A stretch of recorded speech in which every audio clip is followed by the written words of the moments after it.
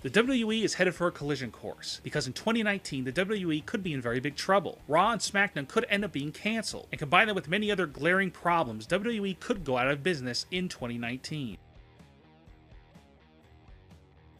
Even though WWE superstars wrestle a lighter schedule than they ever have, the wrestlers are still overworked and spread too thin, and now that being a good wrestler matters more than ever, you have many wrestlers getting injured more often.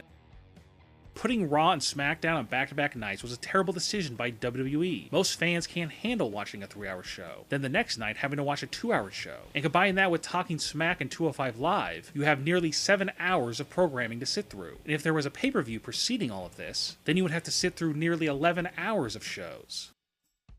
WWE did a great job with pushing Braun Strowman, but they threw it all away when they had him lose to Roman Reigns at Fastlane. WWE has always done start and stop pushes for many wrestlers, which has created the situation that we have right now with many of the full-time wrestlers basically being upper mid-carders.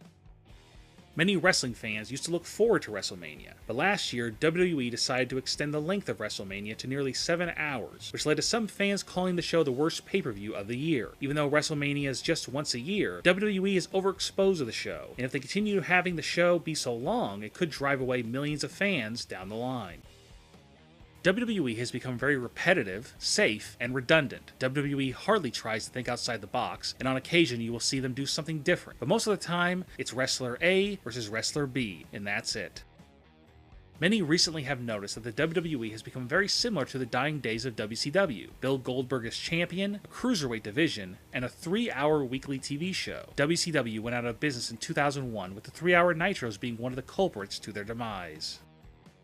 The WWE sees their wrestlers like a meat market. They chew them up and spit them out. Vince McMahon truly doesn't care about the wrestlers' well-being. He just wants to make as much money off of them as possible, which usually leads to these wrestlers leaving the company before they even hit the peak of their career.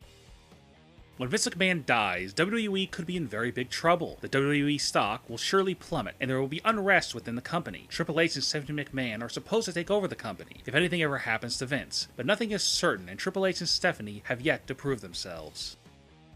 Ever since The Rock returned to WWE in 2011 and Brock Lesnar in 2012, Vince McMahon has been obsessed with using part-time wrestlers in main events of WrestleMania and other big WWE shows. This all came to a head when Goldberg won the Universal title from Kevin Owens at Fastlane 2017, which led to fans turning on Goldberg the next night on Raw, and fans even chanting "Fire Goldberg" the next week on Raw. Hardcore fans are sick of part-timers, and they want full-time wrestlers like Kevin Owens and AJ Styles to get pushed.